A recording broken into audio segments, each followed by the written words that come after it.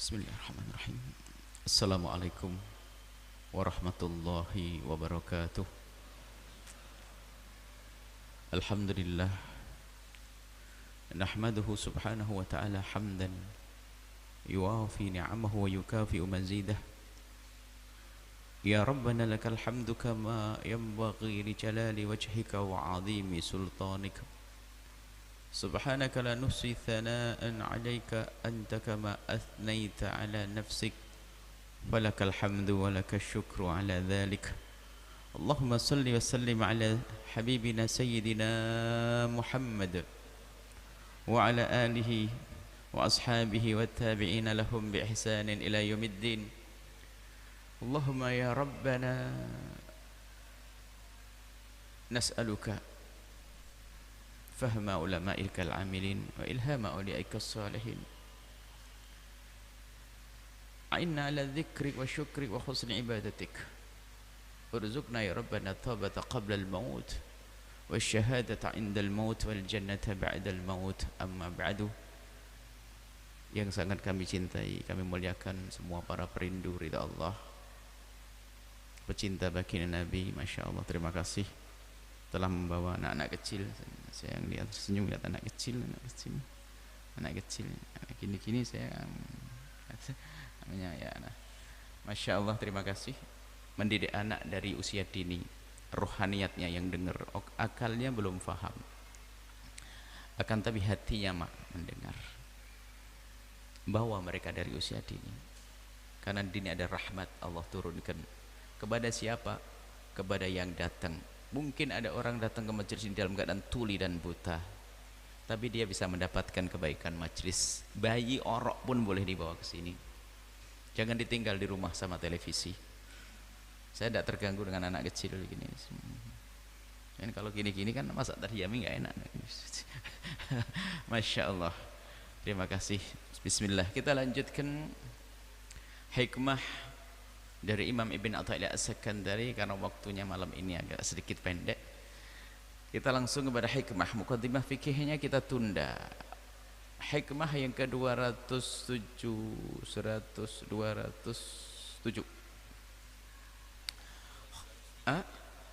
203. Baik. Hukukun fil awqati yumkinu qada'uha wa hukukul awqati la yumkinu qada'uha. Anta hukuk, hak. Kita harus bisa membedakan antara hak dan kewajiban. Haknya orang lain wajib kita penuhi, hak saya wajib Anda penuhi.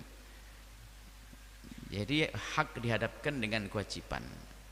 Haknya seorang istri wajib dipenuhi oleh seorang suami. Hak Allah wajib dipenuhi oleh para hamba-hambanya.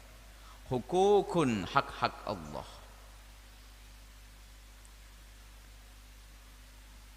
Hak-hak fil awqati yang ada di dalam waktu. Ada hak hukuk fil awqat dan hukuk lil awqat. Namanya hikmah. Imam Ibn Athaillah pengen membuat satu ungkapan yang ringkas tapi mencakup makna agung yang ada di pikiran beliau, sehingga kadang baca hikmah ini memang harus perlu sejenak merenung. Hukukun fil awqati yumkinu qada'uha. Hak-hak Allah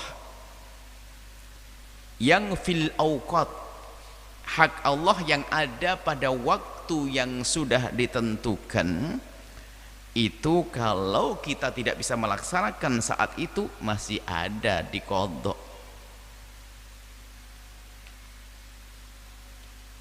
Apa kewajiban kita kepada Allah yang waktunya fil awqat, yang ada waktu-waktu tertentu?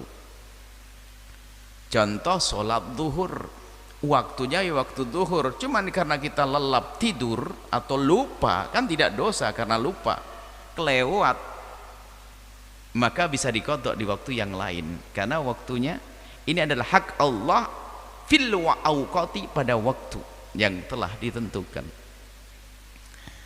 Akan tetapi saat ini berbeda yang lain. Wa hukukul awqat, hak-hak Allah ini, kalau hukukul awqat, hak itu dinisbatkan kepada waktu, lil awqat.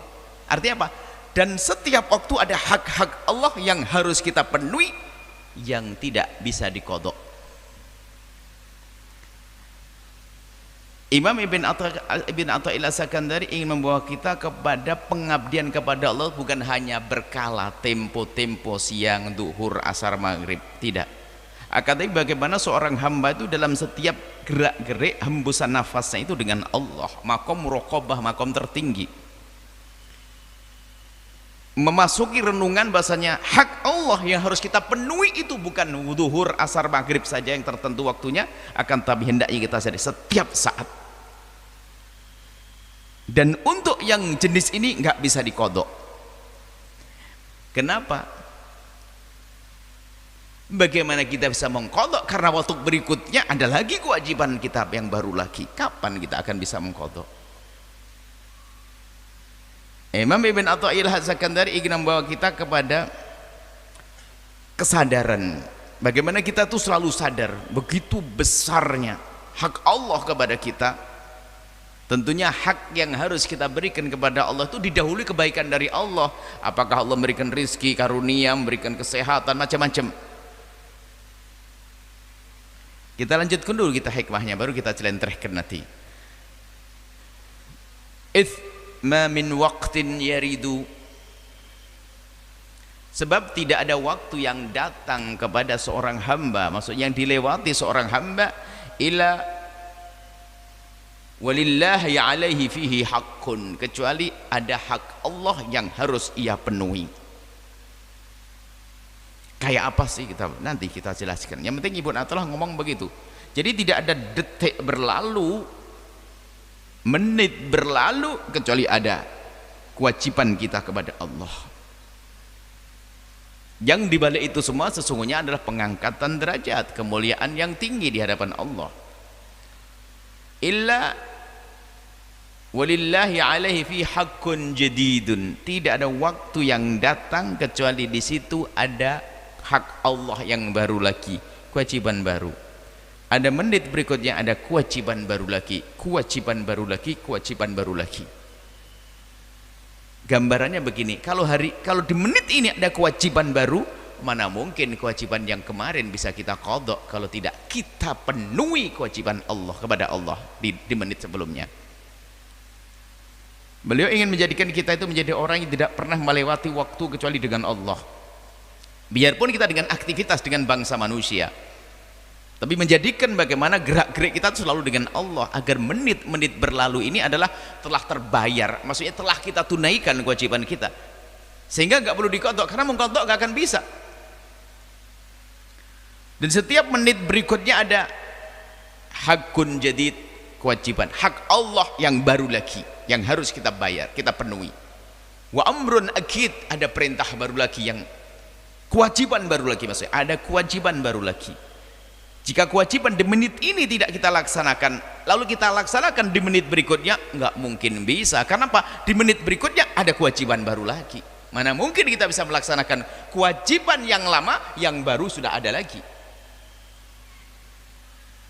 Fa kaifa taqdi fihi haqqa ghairihi, gimana kamu akan mengqadha di menit yang kedua kewajiban menit yang pertama? Bagaimana engkau akan mengqadha pada saat ini kewajiban di saat yang sebelumnya? Wa anta lam taqdi, sementara engkau belum melaksanakan haqqallahu fihi, di menit yang sekarang kamu belum bisa melaksanakan, ada kewajiban yang engkau harus laksanakan. Bagaimana mungkin engkau bisa mengqadha kewajiban di menit sebelumnya? Kewajiban apa sih ya Imam Ibn Athaillah As-Sakandari? Kok jadi berat banget hidup ini? Kok banyak kewajiban? Kewajiban yang berasal dari kesadaranmu. Coba kalau kita sadar dan merenung, Anda akan mengatakan semuanya jadi wajib, wajib, wajib. Coba. Di saat Allah memberikan nikmat kepada Anda hari ini, Anda wajib bersyukur atau tidak? Wajib. Dan apakah nikmat Allah putus? tidak putus. Terus berjalannya detak jantung itu adalah nikmat, sadar atau tidak? Dikeringkan mata kita, nggak bisa kedip lagi, nikmat atau tidak? Wajib syukur atau tidak? Wajib. Terus apa lagi? Yang kena musibah, coba kalau tidak sabar dia marah kepada Allah, neraka. Wajib sabar dia. Yang bermaksiat, ayo wajib tobat, kalau tidak segera langsung neraka. Setiap saat kita punya kewajiban-kewajiban, ini maknanya. Nah, untuk menjadikan orang sadar, kelas tinggi ini, sehingga dalam keadaan apapun dia adalah dalam keadaan wilayah mulia. Ini yang diinginkan oleh Ibn Athaillah As-Sakandari, hukuk. Maka kewajiban saat ini jangan kau tunda, hei hamba Allah, jangan ditunda nanti, sebab nanti ada bagiannya lagi, nggak akan terlaksana. Maka saat inilah, maka seorang hamba akan selalu, dia di saat diliputi nikmat tidak berhenti-henti bersyukur. Nah, itu tentunya pembahasannya bab syukur, sampai dikatakan hak waktu itu ada 4. Hak kepada Allah berkenaan dengan waktu yang kita sebut ada 4. Di saat mendapatkan karunia kita bersyukur, wajib. Di saat kita mendapatkan musibah kita harus bersabar. Di saat kita bisa melakukan ketaatan kita harus menyadari itu karunia Allah. Dan di saat kita bermaksiat kita harus segera tobat. 4 tok, nggak ada yang lainnya. Coba renungi hidup kita ini, kalau paham makna ini selesai hidup. Jadi sesungguhnya seorang hamba itu siapapun dia dalam keadaan apapun tidak keluar dari lingkaran riayah Allah. Lingkaran riayah Allah. Riayah itu apa? Pengayoman Allah. Cuman orang ini sadar atau tidak?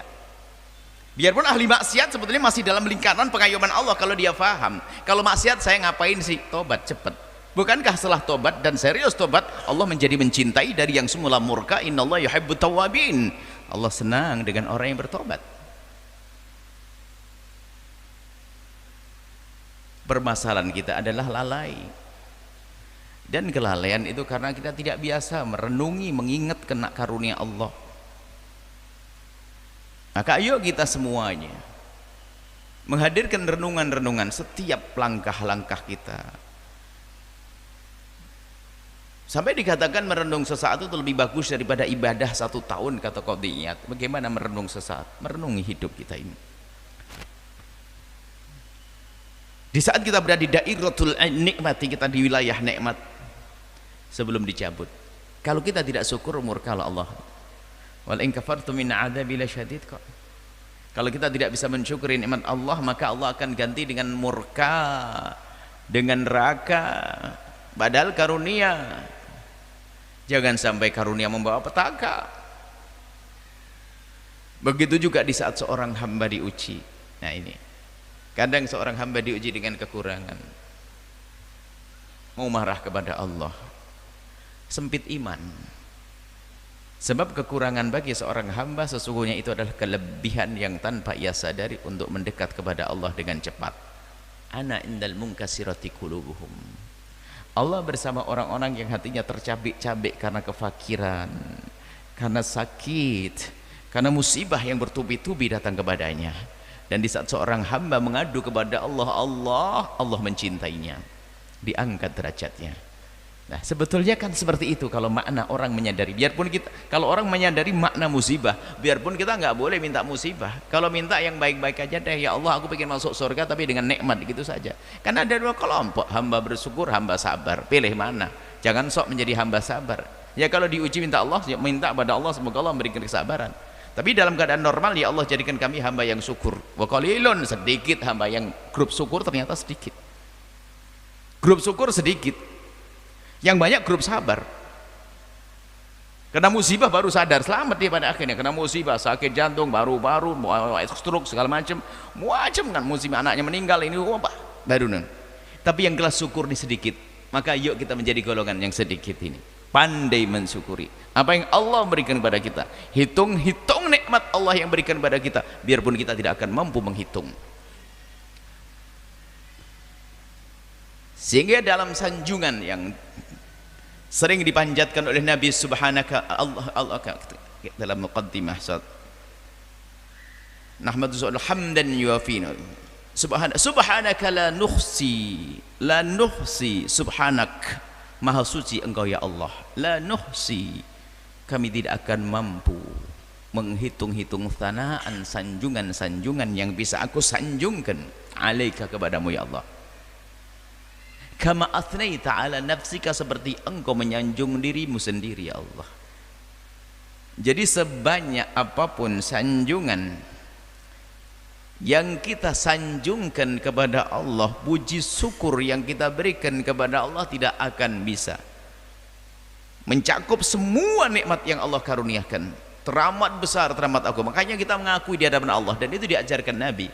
Sehebat apapun sanjunganmu, tidak akan kau bersyukur sesuai dengan nikmat yang Allah berikan, pasti kurang dan kurang. Bahkan ketika seorang hamba bisa bersyukur, saat itu dia diberi nikmat baru oleh Allah yang harus disyukuri. Lalu kapan berakhir kisah syukur kita kepada Allah Subhanahu wa ta'ala? Dan terus begitu nikmat Allah, belum lagi nikmat yang banyak yang kita renungi.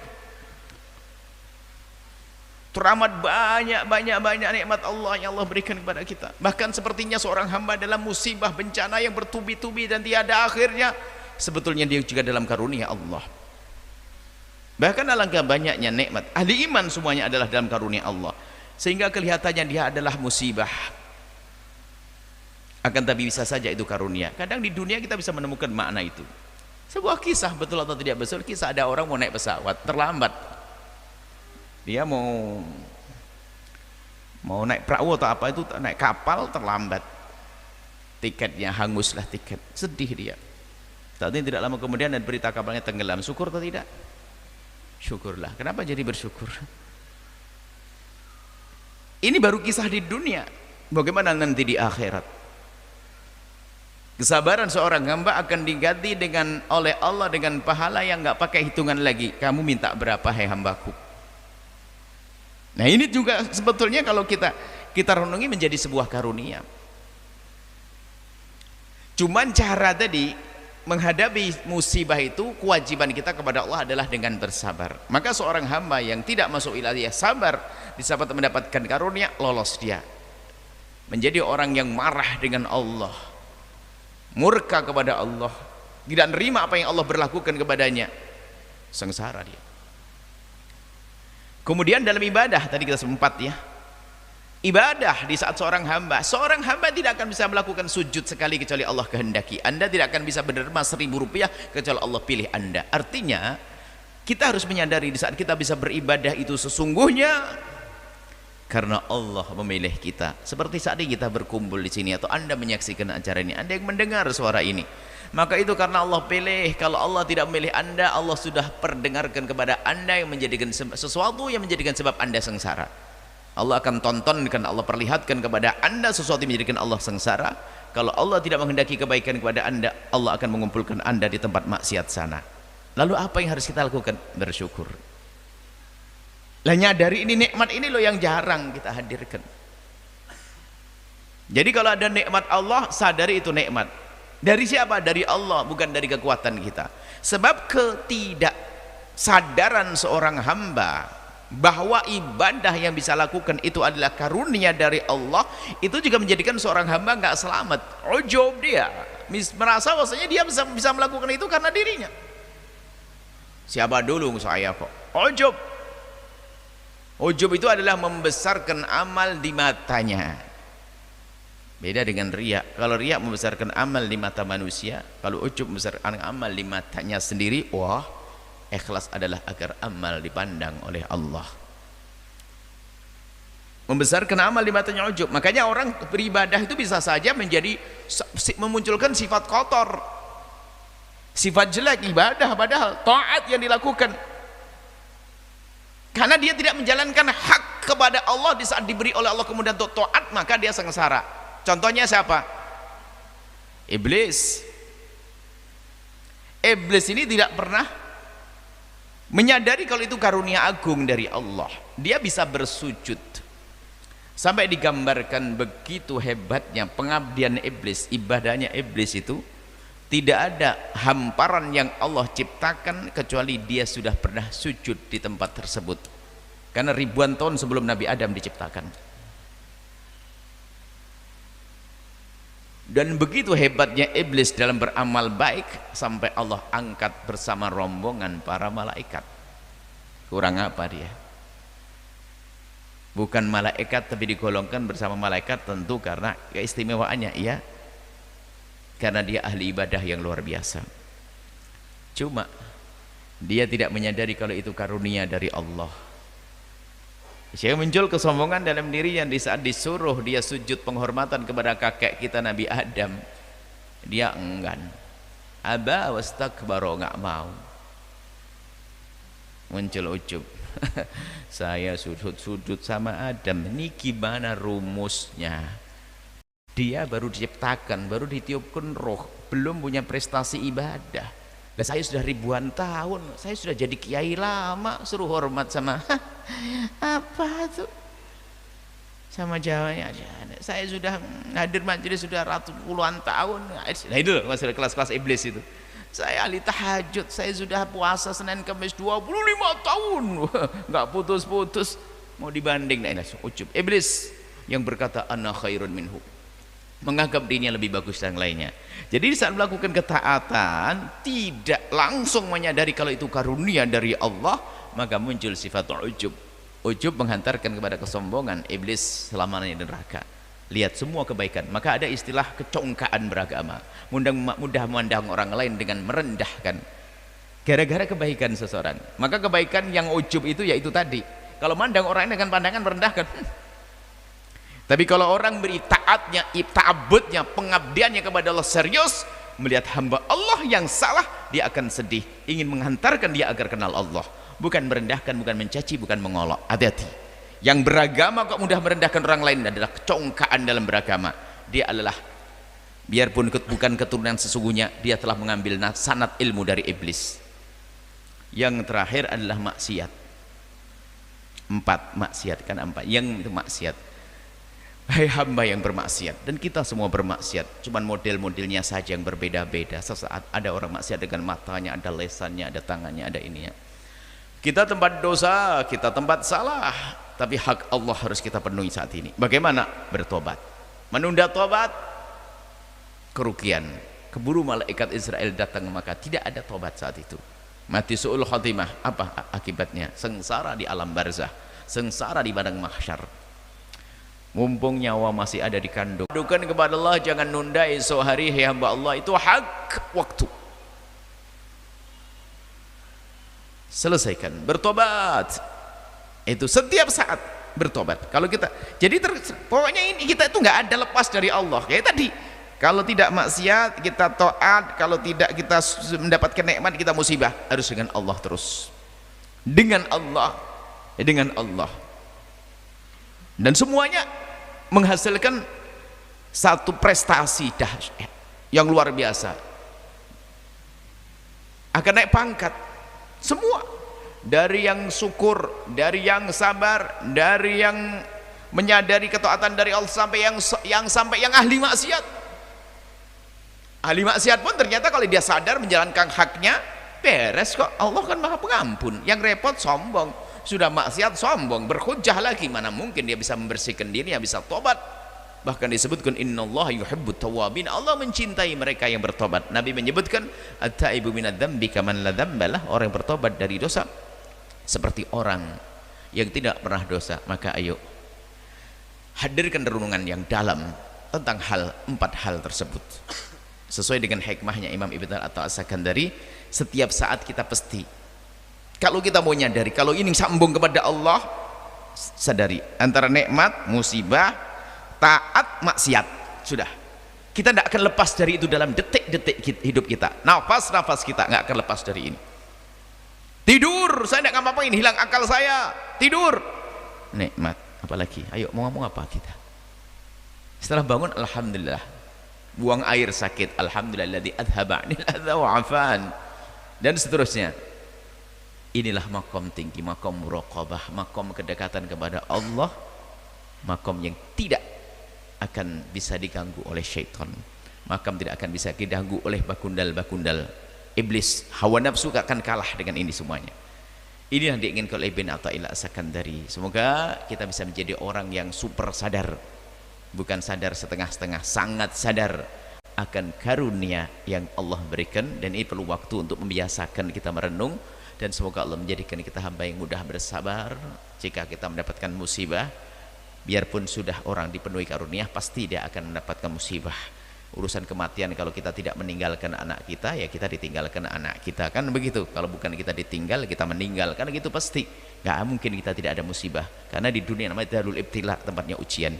Tinggal kita tata hati kita penuh dengan kesabaran, lalu ketaatan dan musibah dan maksiat yang kita lakukan, yuk segera kita kembali kepada Allah Subhanahu wa taala. Wallahu a'lam bissawab.